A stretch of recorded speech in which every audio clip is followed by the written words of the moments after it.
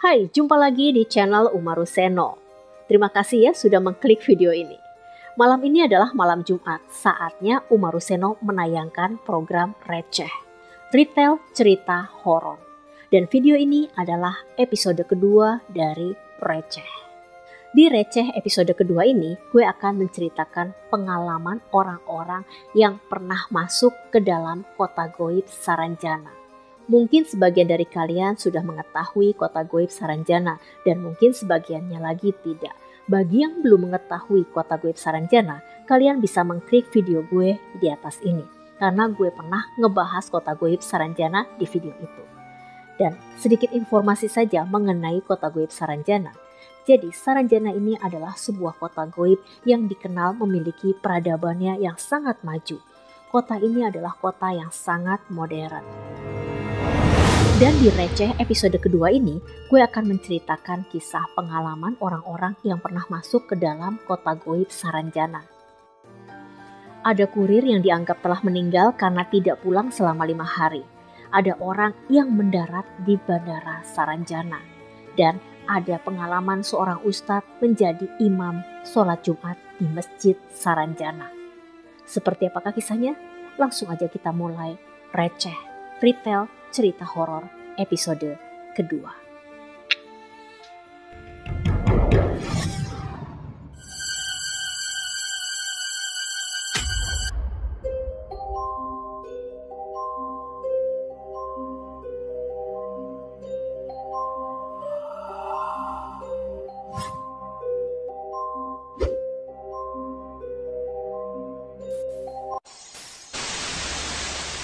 Di tahun 1970, ada seorang pria asal Banjarmasin yang tinggal di London. Suatu hari pria ini ingin kembali pulang ke Banjarmasin. Namun, kala itu belum ada pesawat penerbangan yang direct langsung dari London ke Indonesia. Harus transit dulu ke Singapura. Dia pun lalu pergi ke loket penjualan tiket. Sesampainya di sana, dia melihat ada sebuah loket yang bertuliskan Saranjana, Indonesia. Dia pun lalu menghampiri loket penjualan tiket tersebut dan bertanya, "Saranjana ini di mana ya?" "Oh, di Indonesia, Pak," jawab penjual tiket tersebut. Lalu pria itu bertanya lagi, "Indonesia di sebelah mananya ya?" "Di Kalimantan Selatan, Pak," jelas penjual tiket itu. Mendengar kata Kalimantan Selatan dan Indonesia, pria itu pun ingin membooking sebuah tiket untuknya pulang ke tanah air. Dia berpikir dia tidak perlu lagi transit ke Singapura. Lalu penjual tiket itu pun mencari ketersediaan seat untuk pria itu. "Oh, ini ada, Pak, tinggal 1 seat lagi." Tinggal 1 seat lagi. Ini kayak disengaja gak sih? Bapak itu pun atau pria itu pun langsung membooking tiket yang tinggal 1 seat itu. Singkat cerita, pria itu kembali pulang ke Indonesia menggunakan pesawat tersebut. Setibanya di bandara airport Saranjana Airport, pria itu dibuat kaget dan terkagum-kagum dengan pemandangan kota Saranjana yang begitu megah. Saking megahnya, kota tersebut melampaui kemegahan dari kota Inggris. Bukan hanya gedung-gedungnya yang tinggi menjulang, tapi banyak mobil-mobil yang berterbangan seperti drone. Dan itu di tahun 1970. Kita aja sekarang yang di tahun 2023 belum ada satupun mobil yang bisa terbang. Belum habis herannya, bapak itu pun langsung memanggil taksi untuk mengantarnya kembali pulang ke Banjarmasin. Di dalam perjalanan, supir taksi itu bertanya, "Apakah Bapak akan membayarnya dengan uang rupiah?" Karena pria itu berpikir dia dari London, mungkin supir ini ingin memastikan apakah saya membayarnya dengan menggunakan dolar atau rupiah. Maka pria itu pun menjawab, "Ya, saya akan bayar dengan rupiah." Singkat cerita, pria itu sudah tiba di Banjarmasin dan sudah menemui teman-temannya. Saat bertemu dengan teman-temannya, pria itu bertanya mengenai kota Saranjana. Tapi tidak ada satu orang pun dari temannya yang mengetahui perihal kota tersebut. Pria itu lalu menceritakan betapa megah dan indahnya kota Saranjana itu. Karena mereka penasaran dengan kota Saranjana itu, maka pria itu bersama teman-temannya pun sepakat untuk mengunjungi kota Saranjana. Lalu mereka pun pergi ke tempat itu. Sesampainya di sana, mereka tidak menemukan apapun. Tidak ada kota megah, tidak ada bangunan yang menjulang tinggi, dan tidak ada mobil terbang. Yang ada hanyalah hutan belantara dan tanah yang kosong. Dan mereka pun saling bertatap-tatapan. Dan sejak saat itulah masyarakat mengenal kota Saranjana sebagai kota goib yang modern. Ada seorang kurir yang bernama Bang Bakri. Bang Bakri ini baru bekerja sekitar 2 bulanan di sebuah kantor ekspedisi yang memiliki kantor cabang di Kota Baru. Hari itu memang sedikit berbeda dari hari biasanya, di mana banyak paket yang harus diantar hingga membludak.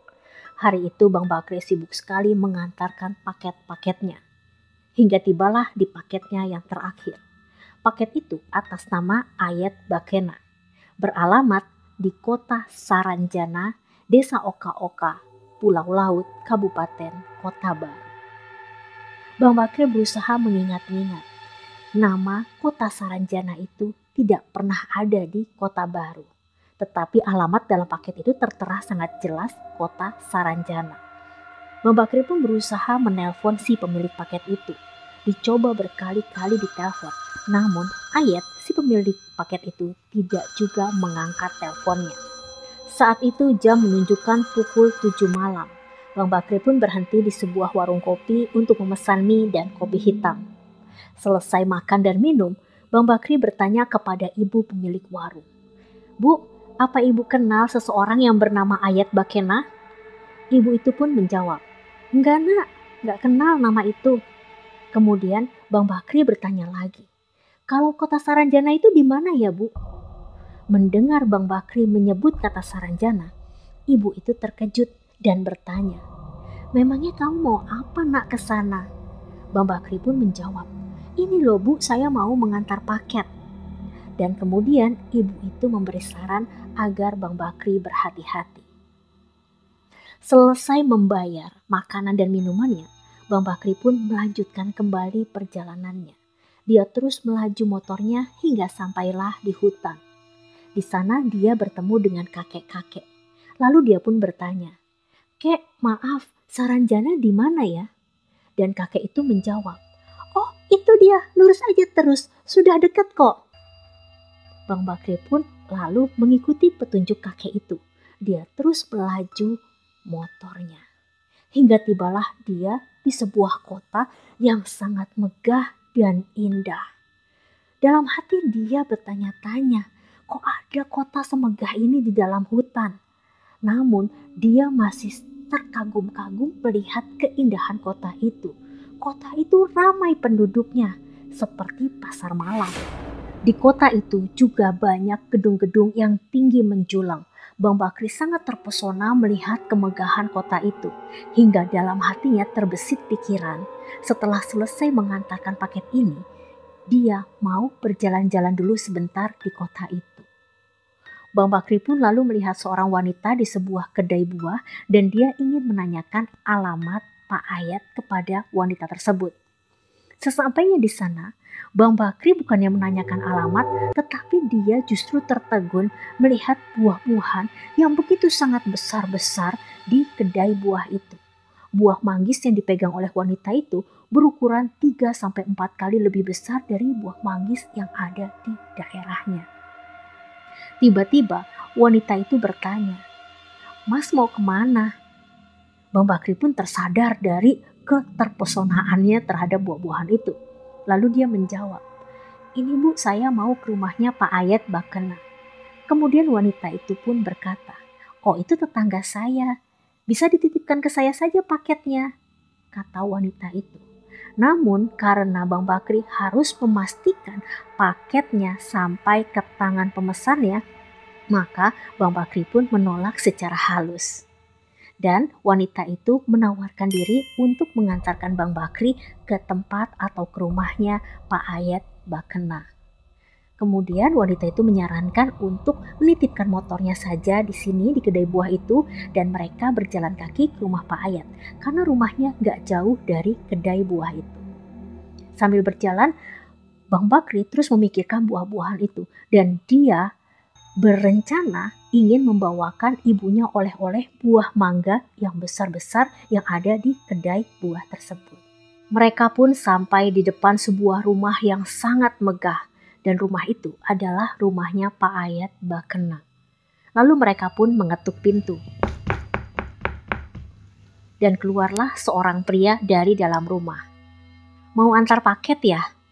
Kemudian Bang Bakri pun menyerahkan paketnya kepada tuan rumah. Setelah itu, wanita yang tadi mengantarnya menawarkan untuk mengantarnya kembali ke kedai buah-buahan tadi, tempat Bang Bakri menitipkan motornya. Dalam hati, Bang Bakri merasa kagum. Di sini rumahnya besar-besar dan megah-megah, namun orangnya ramah-ramah.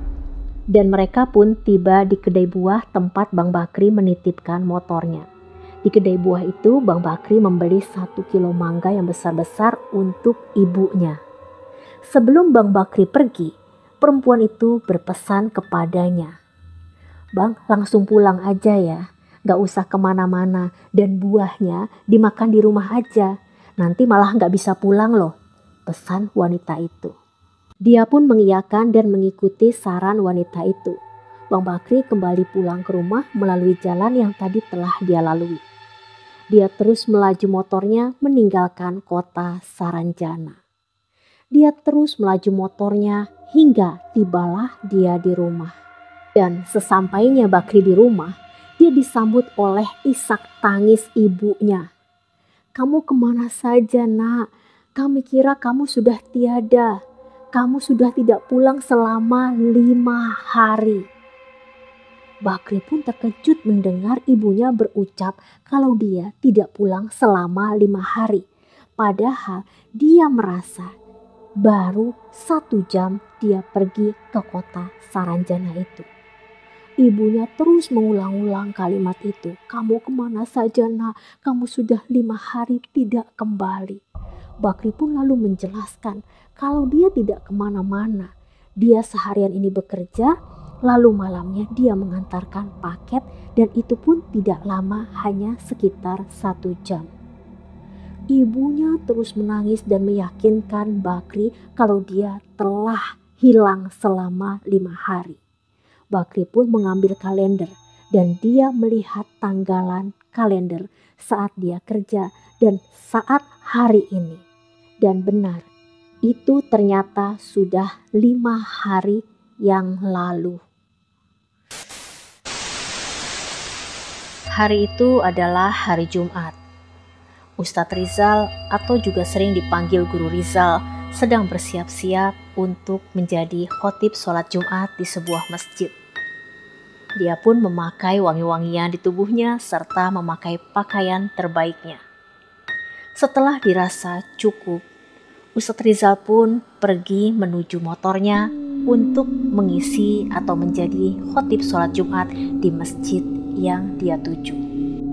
Saat ingin mengambil motornya, di halaman rumahnya sudah terparkir sebuah mobil yang menjemputnya.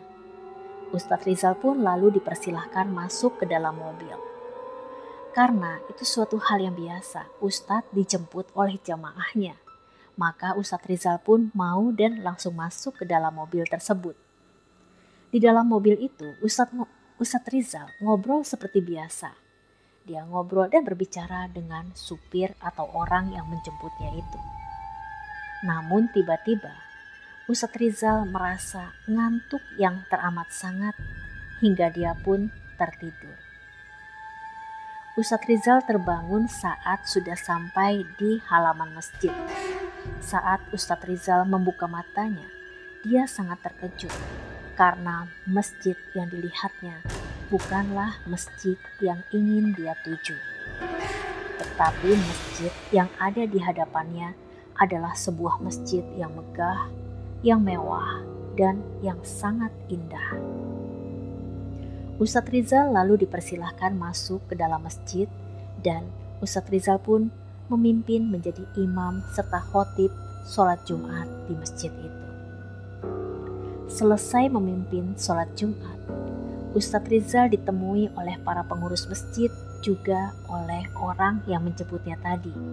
Ustadz Rizal dibawa ke sebuah ruangan di mana di dalam ruangan itu sudah terhidang berbagai makanan, minuman, dan buah-buahan yang sangat lezat.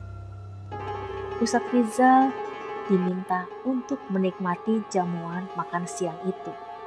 Lalu Ustadz Rizal pun bersama para pengurus masjid menikmati makanan dan minuman. Usai menikmati hidangan, Ustadz Rizal melihat ada anggur berwarna hijau yang terhidang di meja.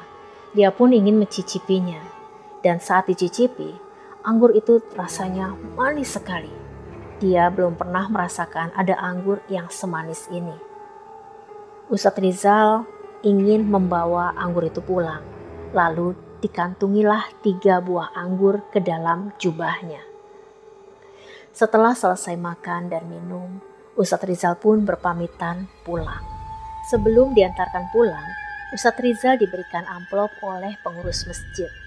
Lalu setelah itu Ustadz Rizal diantarkan pulang oleh orang yang menjemputnya tadi. Di perjalanan Ustadz Rizal kembali ngobrol dan berbicara kepada orang yang menjemputnya seperti biasa. Namun di perjalanan pulang itu Ustadz Rizal melihat pemandangan yang tidak biasa.